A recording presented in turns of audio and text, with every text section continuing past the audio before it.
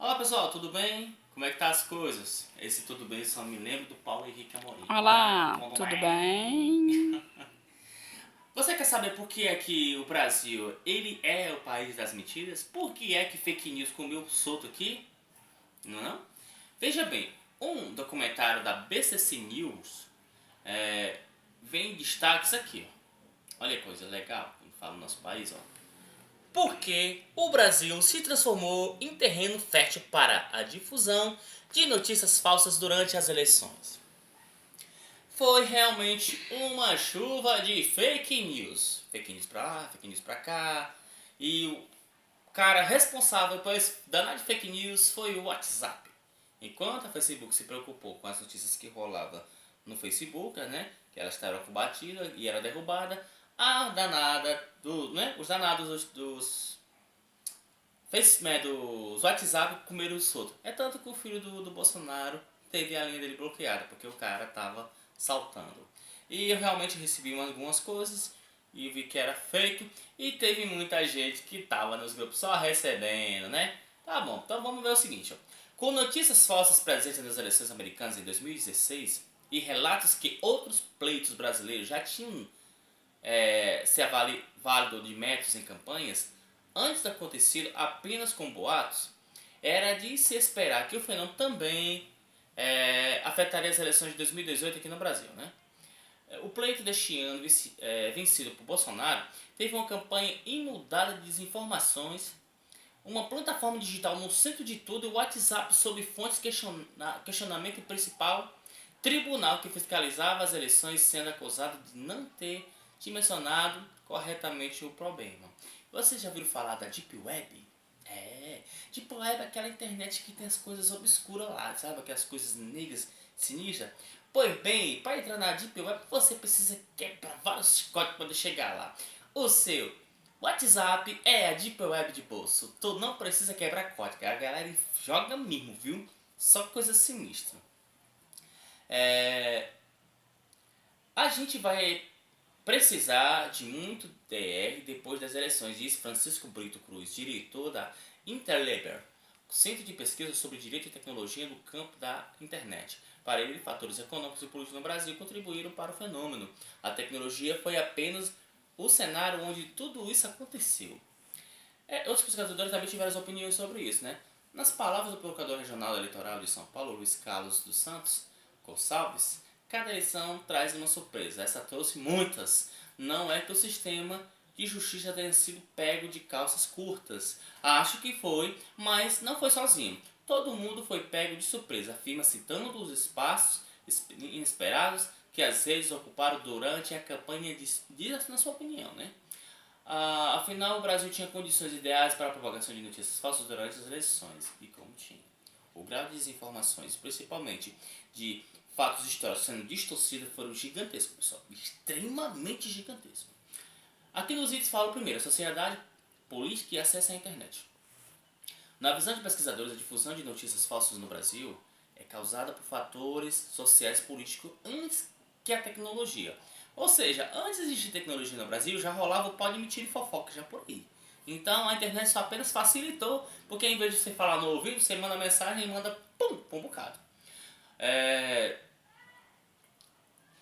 Muitos acabam caindo, diz ele, em fontes de informações que produzem na realidade propaganda política e acreditam nela e propagam o conteúdo por causa de sua posição.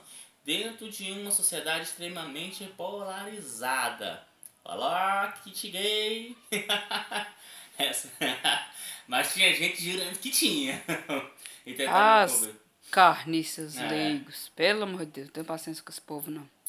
Os novos atores que quem a mídia tem dificuldade com competir porque o veículo de propaganda faz 10 manchetes em uma hora enquanto a empresa profissional mobiliza mais recursos para produzir reportagens de verdade. Produz só um lado do aspecto político e se projetam. Pablo Hortelado, pesquisador e monitor do debate político de meio digital da USP, concorda que para ele o problema não é a tecnologia e tampouco tem a especialidade, especialmente com a educação.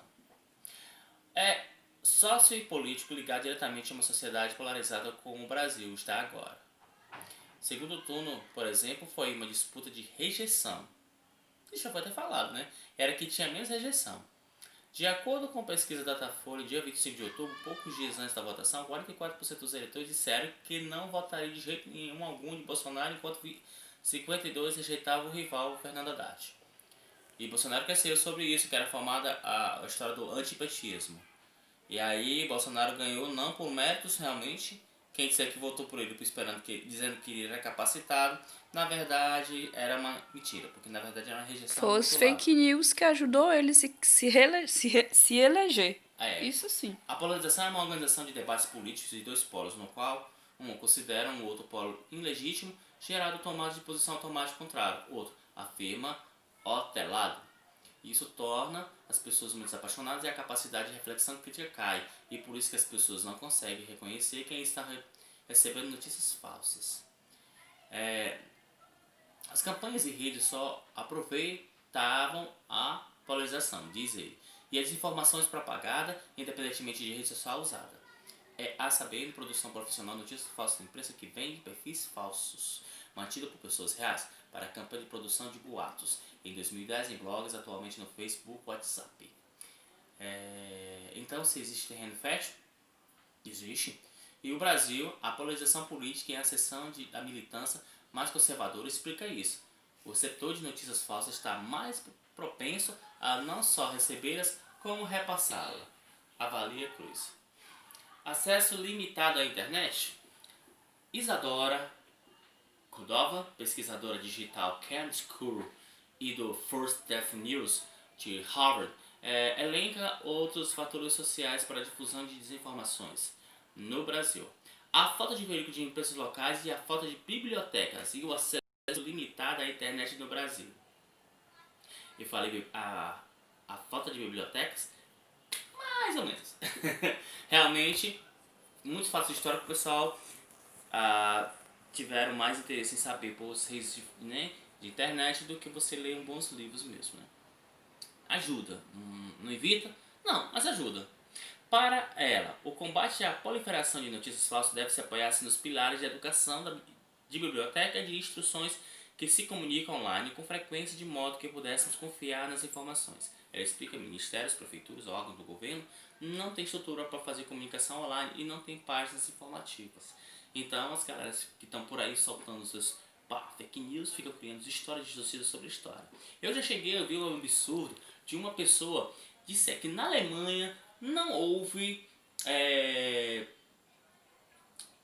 aquela parte lá do Hitler, rapaz, o sistema lá do Hitler, o nazismo, né? E que Hitler não era aquele que falava. O absurdo ainda maior de dizer que, olha só o absurdo maior, que Hitler é de esquerda.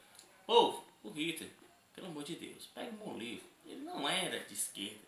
E nem era de direita. O danado era de extrema, era colar central. E ele tendencioso para a direita, mas querendo não se vincular ao ex-presidente que era de direita, dizendo que era de extrema direita. E daí realmente ele teve um progresso na Alemanha e o resto ele fez merda. Todo mundo já sabe o que aquele maluco fez com os outros anos dele, né? Aqui também fala assim, ó, não temos um mínimo de estrutura informacional online, afirma. Além disso, não temos veículos locais, não temos tradição de fazer fofoca. A notícia sempre se espalhou no boca a boca. Ambiente perfeito para migrar para o WhatsApp. Você agora aperta o áudio aqui, como está falando. Vou te mandar aqui um áudio. É bombástico. Olha só o vilão. O WhatsApp. O WhatsApp agora é o seu maior fofoqueiro. Um amigo quer fazer uma fofoca? Mande um áudio no zap ou imagem. Jornalzinho agora da mentira. O papel do WhatsApp. Com 120 milhões de usuários no país, ou seja, no Brasil, o WhatsApp virou um importante campo de batalha durante a campanha, e embora seu real impacto seja difícil de mediar, o tamanho do estrago que esse danado fez. Por ser uma rede gratuita oferecida ampliamente no Brasil por operadoras que não descontam o uso de internet no WhatsApp do pacote de dados, ou seja, na prática oferecendo acesso à internet só pela rede, ela adquiriu usos diferentes no país, e aqui no Brasil foi solto. Segundo o WhatsApp, mais de 90% das mensagens enviadas na plataforma no Brasil são entre duas pessoas. A maioria dos grupos tem cerca de 6 pessoas. Conforme Definiu o jornal Washington Post no editorial de 25 de outubro, o aplicativo não é só uma mensagem privada, é assim também como o Facebook, um publicador também. E, e deve ter responsabilidades iguais às redes sociais, ou seja, daqui a um dia vamos monitorar o WhatsApp, viu? Para alguns pesquisadores, essas características de comunicação de massa e quase de rede social criaram um ambiente ideal para a proliferação de notícias falsas. Além disso, o fato que muitas pessoas só têm acesso à internet por ali, sem poder checar outras fontes de informações. Também pode contribuir para o fenômeno sendo gigante no Brasil. O WhatsApp acabou servindo não só para o meio, mas como catalisador de problemas. Ou seja, pessoal, as pessoas que utilizam realmente o WhatsApp, tem alguns operadores que realmente você não paga nada, não é cobrado nada por WhatsApp. Então você navega pelo WhatsApp, você manda mensagem, você recebe vídeo, você manda áudio. E aí a pessoa quando recebe uma coisa, e ela, muitas vezes ela não tem uma internet para poder pesquisar se aquela informação é verídica. Além de não ter bibliotecas virtuais, né, das plataformas governamentais do Brasil, isso dificulta muito a clareza das informações e realmente gerando os danados do fake news. Isso aqui dentro no conceito da BBC News. Mas também ela fala a importância da rede.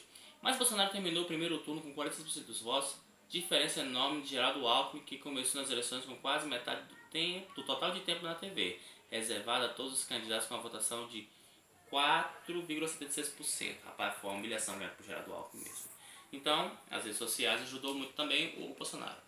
Ela observa que os debates de TV e entrevistas no Jornal Nacional na Globo, por exemplo, tiveram picos enormes de engajamento nas redes sociais e repercutiram de forma dilatada no tempo porque os vídeos de candidatos foram repercutidos no Facebook, no YouTube e no WhatsApp. Aqui também, campanhas no WhatsApp, fala também. Além disso, diversas reportagens mostraram como a campanha de Bolsonaro investiu na rede. Uma reportagem de Folha de São Paulo afirmou que a campanha de Bolsonaro teria se valido de Caixa 2 para financiar uma rede de notícias falsas no WhatsApp. O candidato do PSL nega a acusação e disse que a militância a seu favor na plataforma é orgânica. É aquela coisa, se usou ou não usou, cabe à justiça investigar. Mas que o danado fez questão de fazer só em redes sociais, isso aí tá na cara. Tá óbvio. E aí a gente vai ver que se vai dar certo ou não. Porque aqui, ó, em muitas das informações circulam pela plataforma de trabalho de agências de checagem de política lupa, com base no sistema monitorado do conteúdo disseminado por meio de grupos públicos de WhatsApp, desenvolvido por Fabrício Benevenuto, professor de ciência de computação da Universidade Federal de Minas Gerais.